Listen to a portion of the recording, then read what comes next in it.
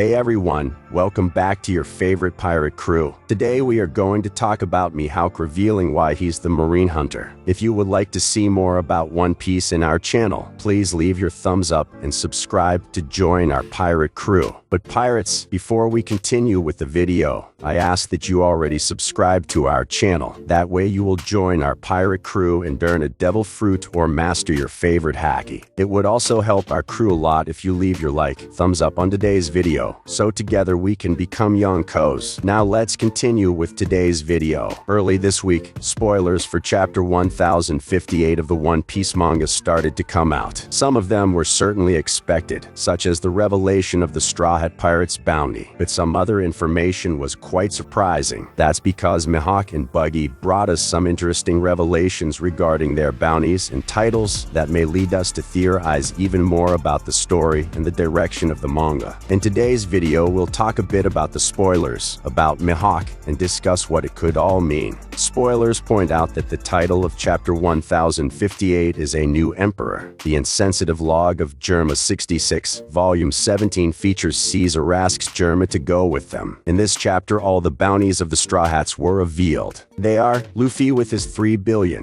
Savro with 1.101 billion, Jin with 1.100 billion, Sanji with 1.032 billion, Robin with 939 million, Usopp with approximately 500 million, Frankie with approximately 400 million, Brook with approximately 380 million, Nami with approximately 360 million, and finally, Chopper with his 1,000 berries. Other bounties revealed were Mihawk's, which has 3.490 billion berries for his head, surpassing even Luffy's. Buggy's with 3.189 billion berries, again surpassing Luffy and the others. And finally, Crocodile's bounty, which has 1.965 billion for his head, surpassing all the Straw Hat Pirates except for Luffy with his almost 2 billion. We also find out that the founders of the Cross Guild were Buggy and Crocodile, with Buggy not being the true leader of the organization. He is one of the new emperors due to a big mistake by the Marine. His face being in the middle of the Cross Guild poster made the Marine think he was their leader, which is not true, and possibly the real leader is Crocodile. This, even though Mihawk has a higher bounty and still has the old title from his past known as Marine Hunter. Although Mihawk has only received the invitation and agreed to participate, he is certainly someone dangerous to the Marine now. And speaking of threats and revelations, we also find out that Buggy has some sort of big debt to someone, although we don't know the context of that situation yet. In conjunction with this, at the end of the chapter, the Revolutionary Army receives a call from Sabo, who exclaims his name on the phone. Much to our chagrin, we will not have One Piece next week. However, thanks to chapter 1058, several new theories will begin to emerge. We can mostly talk about Buggy, but the star of this chapter is certainly Mihawk.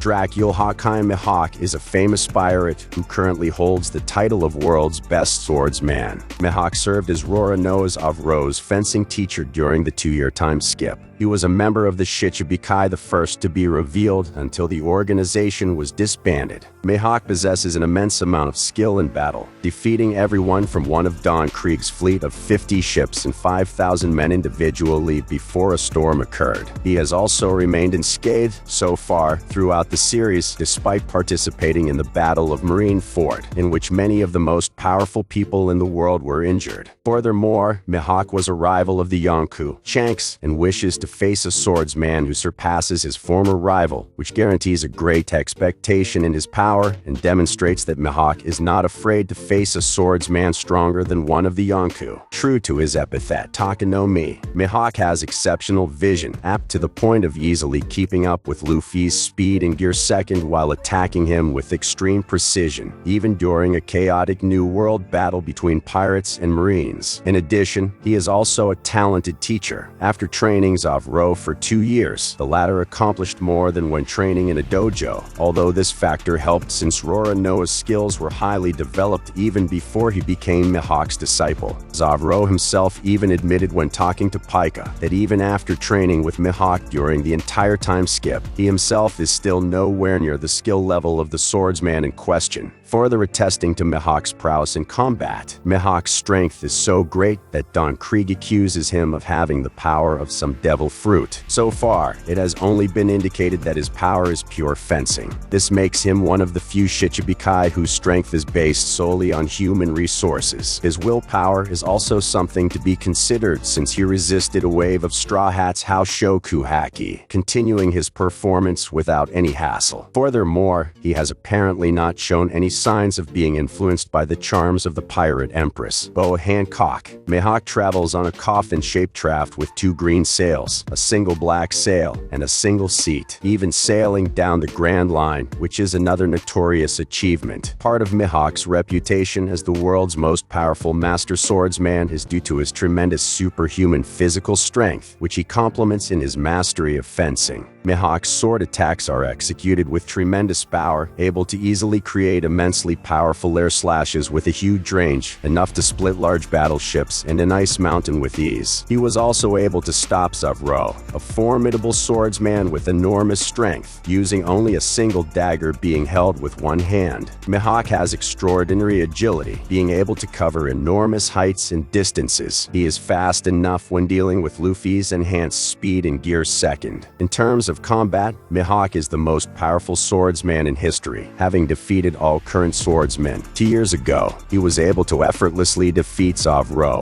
a 3-sword user known throughout East Blue, with a single dagger that he usually uses as a dinner knife. Mihawk is known to have frequently dueled and defeated Emperor Shanks when they were younger. Mihawk demonstrates tremendous dexterity and supreme skill in sword play, especially when using his main sword, Yoru. His fencing is extremely versatile, from destroying entire fleets of ships and giant icebergs with immense power, to deflecting the course of bullets with high precision. He is also able to cut steel with immense ease and speed, as demonstrated with Mr. One of the Steel Body, who even Zoro struggled to defeat when they both fought. Citing his weapons and abilities, we can mention that Mihawk has a knife in the shape of a cross pendant on his neck. He is shown using it as a tool for eating, but combined with his supreme sword skills, it is also a deadly weapon capable of defeating any lesser or moderately skilled swordsman. Even Zoro, a swordsman who wielded 3 blades during the duel, did not come out unscathed. He also wields the black sword Yoru as his main weapon. Yoru is a curved black blade in the shape of a Latin cross, with a gold beam decorated by red cabicons, and a bandage-wrapped handle with a particularly large cabochon at its end. When he accepts challenges for his title, he only draws this sword for those with enough spirit to gain Mihawk respect, or enough power to present a threat. Otherwise, his kogatana is sufficient. Yoru is a human-sized sword with decorated edges, single-sided in the shape of a Latin cross with a shiny black blade that is curved at the end. In addition, he can use 2 types of haki, the Busus Hoku haki, having also taught Zoro to protect his swords from any damage, and the Kenbun Shaku haki. When we keep this in mind, we can say that Mihawk is certainly one of the most skilled characters and can come close to what we consider one of the most powerful when it comes to characters who have trained to get where they are without relying on Akuma no Mi and the like. Zoro would also fit in here, but it's interesting to see how the current world's greatest swordsman was so recognized in the past, and even today he is feared. Could Mihawk in the past have been a violent and proud pirate, seeking to fight every marine he saw in front of him? Because of his natural ability and skills, he might have been recognized as a hunter fascinated by people in the marine, as if this would make him remembered in the future. Or, perhaps, in his past, he might have lost someone important to the marine and to this day has deep anger towards them for it, having hunted them down one by one as revenge. This could all be correlated to his past persona, completely different from what we see today, but this is all still pure theory. Because he was a marine hunter in the past, it's curious that we remember one of the first titles given to Zoro being a pirate hunter before. Well, it sounds funny, doesn't it? Now we will have the 2 great hunters possibly going after hitting it head-on with the marine without thinking twice about the consequences of doing so. At the very least, it will be quite interesting to see where this batch of information will take us. And you? What do you think will happen from now on in the story? Will we have the Straw Hat Pirates working with the Cross Guild in the fight against the Marine? What is in store for the future of One Piece? What will be the next stop for the Straw Hat Pirates? Let us know in the comments with your theory. That's it, my Straw Hat Pirate. I really hope you enjoyed this video, and if you have any suggestions for a video, don't forget to comment below, because I'll be reading them all as I always do. Also, don't forget to leave a like if you enjoyed the video, and be sure to subscribe and ring the bell so you don't miss out on any content from your pirate crew.